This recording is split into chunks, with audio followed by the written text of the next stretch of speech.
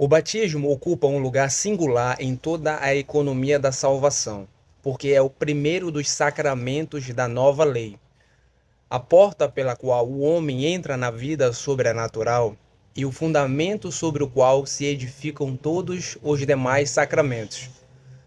O Catecismo de Trento ensina que ele é o sacramento da regeneração espiritual, pelo qual o homem deixa de ser apenas criatura para tornar-se filho adotivo de Deus.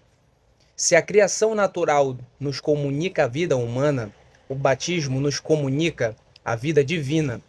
Por isso, desde os primeiros séculos, a Igreja contemplou o batismo não apenas como um rito exterior, mas como uma verdadeira obra de Deus realizada na alma.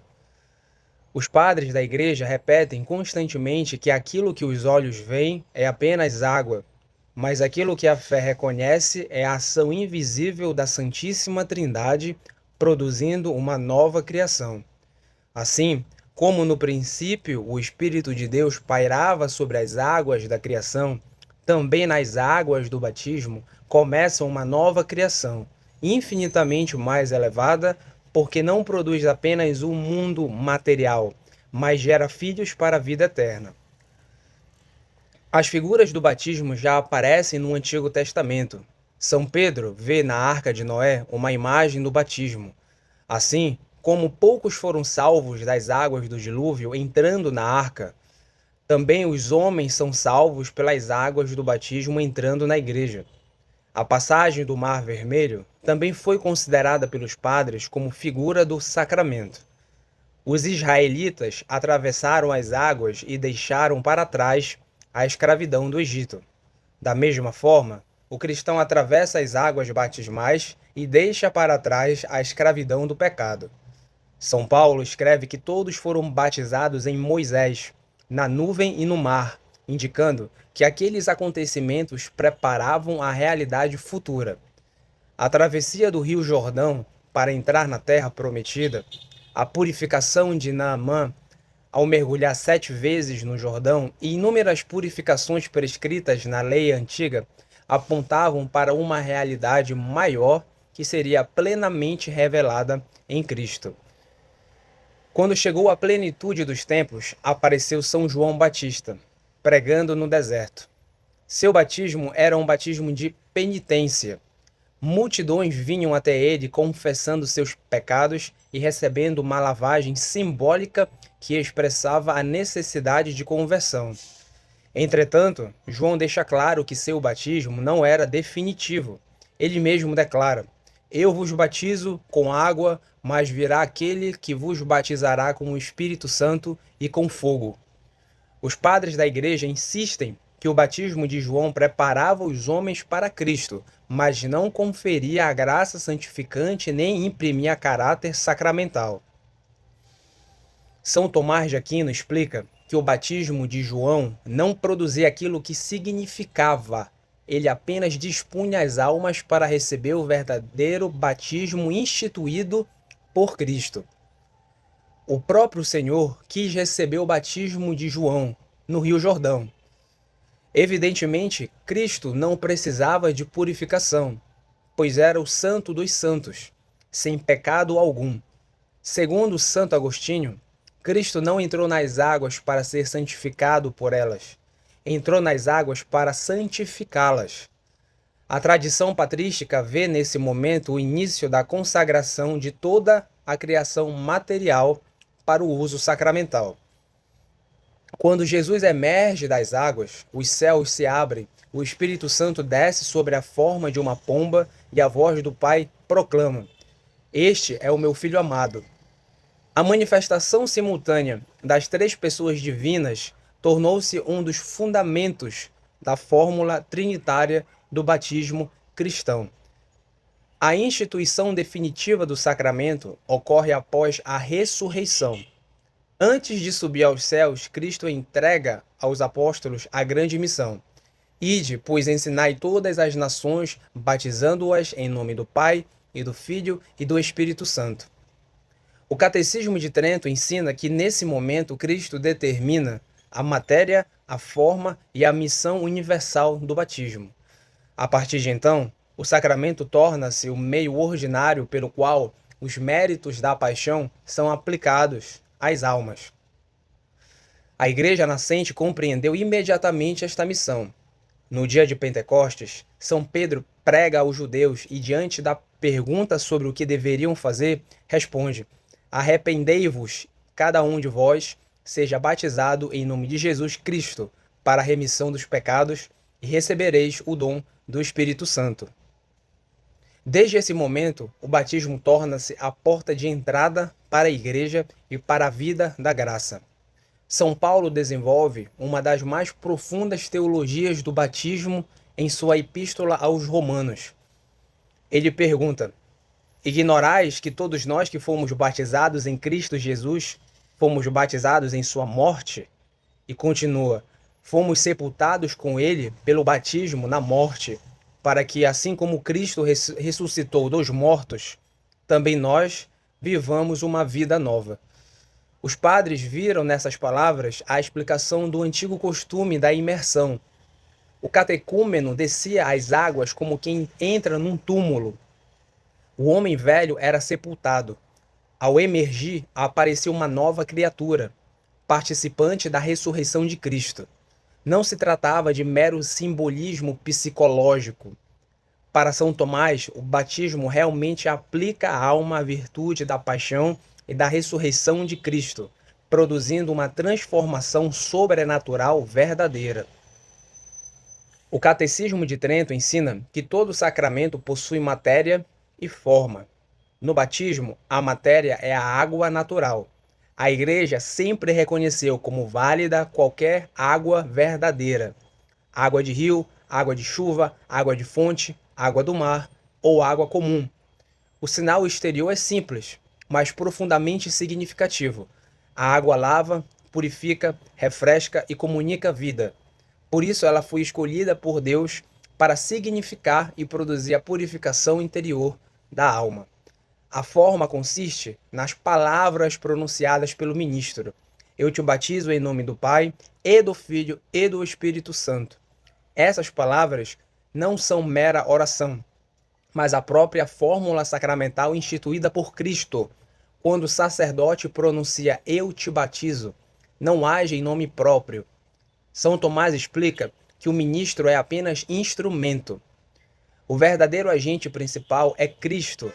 Assim como um pincel é instrumento do pintor, também o ministro é instrumento de Deus. A eficácia do sacramento não depende da santidade pessoal do sacerdote. Essa foi uma das grandes controvérsias dos primeiros séculos, resolvida principalmente por Santo Agostinho contra os donatistas. Cristo continua sendo o verdadeiro batizador. A graça não vem do homem, mas de Deus. Entre os efeitos produzidos pelo batismo, um dos mais importantes é o caráter sacramental. Trata-se de uma marca espiritual impressa na alma de modo permanente. O Catecismo de Trento afirma que esse caráter jamais desaparece. Mesmo que a pessoa caia em pecado grave, o caráter permanece. Por isso, o batismo nunca pode ser repetido. São Tomás compara esse selo espiritual à marca que identifica um soldado pertencente ao exército de um rei. O batizado passa a pertencer para sempre a Cristo. Esse caráter permanece na terra, permanece na eternidade e jamais será apagado. Outro efeito fundamental é a incorporação à Igreja. São Paulo ensina que todos fomos batizados em um só Espírito para formar um só corpo. Pelo batismo, o indivíduo deixa de ser apenas um ser humano isolado e passa a integrar o corpo místico de Cristo, que é a Igreja. A Igreja não é uma associação meramente humana, ela é o prolongamento da presença de Cristo na história. Entrar na Igreja pelo batismo significa participar da comunhão dos santos, receber acesso aos demais sacramentos e tornar-se membro da família sobrenatural de Deus. O batismo é também causa da recepção do Espírito Santo. Nos Atos dos Apóstolos aparece constantemente a ligação entre batismo e Espírito Santo. A graça santificante recebida no batismo não é algo separado de Deus. Segundo São Tomás, ela é uma participação criada na própria natureza divina. Por isso, os padres gregos falam da deificação do homem. Santo Atanásio resumiu essa doutrina numa frase célebre: Deus se fez homem para que o homem participasse da vida divina. Evidentemente, o homem não se torna Deus por natureza, mas participa realmente da vida divina por graça. A alma em estado de graça torna-se templo da Santíssima Trindade. Nosso Senhor prometeu: se alguém me ama, guardará minha palavra. Meu Pai o amará. Nós viremos a ele e faremos nele nossa morada. São Paulo também ensina: vós sois templo de Deus. O batismo, então, inaugura essa presença especial das pessoas divinas na alma. O Pai, o Filho e o Espírito Santo habitam no justo de modo sobrenatural. Por isso, os santos contemplavam o estado de graça como um tesouro maior do que todos os bens da terra. A justificação produzida pelo batismo é outro tema central do Concílio de Trento. Justificar não significa apenas declarar alguém justo externamente. Significa tornar alguém realmente justo. Todos os pecados são apagados. A culpa desaparece. A pena eterna é removida. A alma torna-se bela aos olhos de Deus. É por isso que a tradição sempre considerou o batismo como o maior milagre ordinário realizado na Igreja. Ressuscitar o morto corporalmente é admirável, mas comunicar a vida sobrenatural a uma alma morta pelo pecado é ainda mais grandioso. Desde os tempos apostólicos, a Igreja também batiza crianças. O Catecismo de Trento explica que os bebês não possuem pecados pessoais, mas necessitam da remissão do pecado original. Por isso, os pais cristãos devem procurar o batismo para seus filhos o mais cedo possível. Os padres defendem unanimemente essa prática. Santo Irineu, Orígenes, São Cipriano e Santo Agostinho testemunham que o costume vem dos próprios apóstolos. A fé necessária é suprida pela Igreja, representada pelos pais e padrinhos. Quanto aos adultos, a tradição sempre exigiu preparação. Nos primeiros séculos existia o catecumenato, que podia durar meses ou até anos. O objetivo era verificar a sinceridade da conversão e a disposição de viver segundo a fé recebida. São Tomás ensina que o adulto deve aproximar-se do batismo com fé e arrependimento.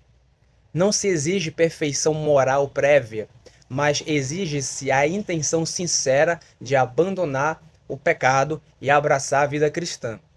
Por essa razão, a disciplina tradicional da Igreja sempre considerou inadequado admitir ao batismo alguém que declarasse não tem intenção alguma de viver segundo a fé católica. O problema não é a existência de pecados passados, pois justamente para isso existe o batismo. O problema é a ausência de disposição para a conversão. O sacramento não é um rito mágico. Deus respeita a liberdade humana e pede cooperação da vontade. A tradição espiritual também adverte contra os escrúpulos relacionados aos sacramentos. Se existe certeza moral de que alguém foi validamente batizado, não se deve viver alimentando dúvidas imaginárias. Os santos mestres espirituais consideram isso uma forma de escrúpulo que perturba a paz da alma. Somente uma dúvida séria e objetiva pode justificar um batismo sob condição. Quando contemplamos a grandeza do batismo à luz da Escritura, os padres da Igreja, São Tomás de Aquino e o Catecismo de Trento, percebemos que ele não é simplesmente uma cerimônia religiosa. Ele é uma verdadeira participação na morte e na ressurreição de Cristo, uma regeneração espiritual, uma incorporação à Igreja, uma recepção do Espírito Santo, uma habitação da Santíssima Trindade na alma, uma justificação real e uma antecipação da vida eterna. Por meio dele, o homem passa das trevas para a luz, da morte para a vida, da condição de criatura à dignidade de filho adotivo de Deus. É por isso que a Igreja sempre venerou o batismo como a porta dos sacramentos, o fundamento da vida cristã e o início de toda a caminhada rumo à visão beatífica, onde a graça recebida em germe neste mundo florescerá plenamente na glória eterna.